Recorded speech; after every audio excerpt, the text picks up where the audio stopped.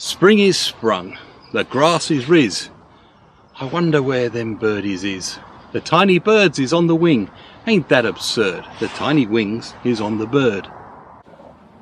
I first heard that piece of nonsense when I was in the fire brigade. I changed watches and one of my new colleagues came out with it on hearing that I was interested in birds. I thought, great, a new fellow enthusiast, but sadly that was the entire extent of his knowledge of birds. This time of year I think of lapwings, of course. Well, lapwings are my favourite birds, why wouldn't I? But at this time of year they're out there over fields displaying in such magnificent and exuberant fashion. The males will defend their territories, they will fly high, they will dip down low, they will even fly upside down.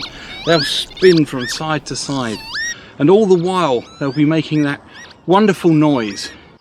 Some time ago, a good friend of mine, David Lindo, better known to you as the urban birder, I'm sure, he had a great idea. Let's have a national bird. And we all voted on the national bird, and not surprisingly, the Eurasian robin became the national bird. Despite the fact that I pleaded and pleaded and pleaded for the lapwing, the Northern Lapwing specifically, to be our national bird. There are various reasons why I think it should have been. Firstly, it is ubiquitous across the whole of Britain, as indeed is the robin. But it has more vernacular names than any other British bird. Some places are even named after lapwings. It is steeped in our culture. Shakespeare mentioned it in numerous plays. Chaucer referred to it as the lapwing, full of treachery. And Emily Bronte showed a caring or an interest in the bird in her Wuthering Heights, where she had Cathy worry about the bird whose feathers had appeared in her pillow. Apart from that, if you look at the colours, that back, what colour is it? Well, it's British racing green. Don't get much more British than that. It's the colour that they used to paint all the old racing cars in the early dangerous days. And even the shoulders have got the oily patch, which sort of fits in with that theme. But of course, more importantly, it is the only British bird that has ever had its own Act of Parliament, the Lapwing Act of 1926. The reason for that act was to protect the lapwing's eggs. At that time, the late 1800s, early 1900s, come springtime, everyone would go out looking for lapwings' nests and plundering those nests to take all the eggs. The eggs would be sent to London for the wealthy to buy this new and wonderful product called plovers' eggs, which were a delicacy.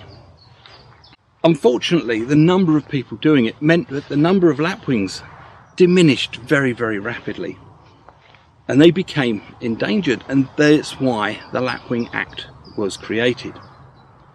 So once those eggs were no longer available, there was a need for such things. In the late 1800s, a very big chocolate company here in the UK, or in Britain, they were already making chocolate eggs.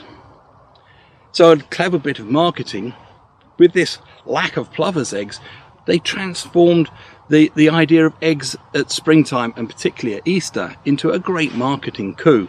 And that was the beginning, the spawning of the Easter eggs that we all know and enjoy these days. The other thing which the lapwing is involved in, which also involves Easter, is of course the Easter bunny. How so? Well, back in the pagan days in Northern Europe, the pagans were well aware of the wildlife that was around them. They would be extremely aware of the fact that hares would hide in the long grass. They would create these forms in which they would sit with just their eyes, ears and nose poking above them. And at this time of year, miraculously, those forms would suddenly have eggs in them. Of course, the pagans were unencumbered by biology, zoology, ornithology or any other sort of ology, and so they failed to make the connection between those eggs being laid by the lapwings that were breeding in the same meadows, finding the hares form a convenient place to nest, They believed that those eggs came from the hare, and hence the hare became the symbol of fertility for the pagans. As Christianity spread across Europe, they pushed out the pagan religions, but they adopted some of their religious ceremonies. For example, Easter. Easter itself is named after a pagan goddess whose name is Eostri. I'm not sure if I pronounced that properly, but that is where the name came from.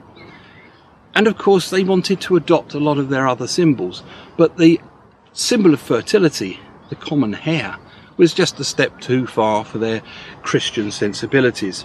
So the hare gradually transmogrified into a little fluffy bunny.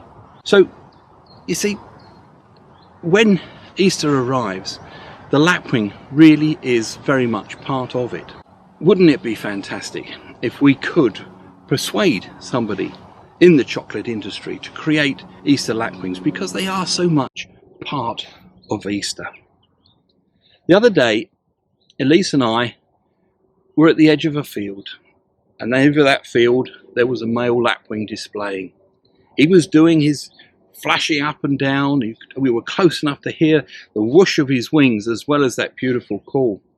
And it filled us with a certain amount of joy, but also, sadly, it filled us with a little bit of anxiety, because we knew that that field where it was planning to breed this year, that would be the very last time, because next year that field will have become a housing estate. And this, unfortunately, is what is happening to the British lapwing. In the last 35 years, we've lost 80% of all our breeding lapwings. They've just gone. But we haven't got out and shot them all or destroyed them en masse. What has happened is there's been a death by 1,000 cuts. We've taken a field here, a field there, we've drained a marsh here, and little by little the areas that these birds can breed in has diminished. We've pushed them to the very edge. 80% is a lot of birds to have lost.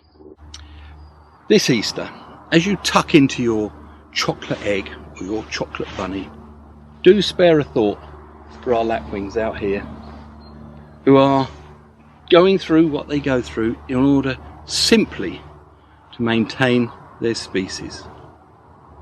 Chocolate lapwing, anyone? Happy Easter.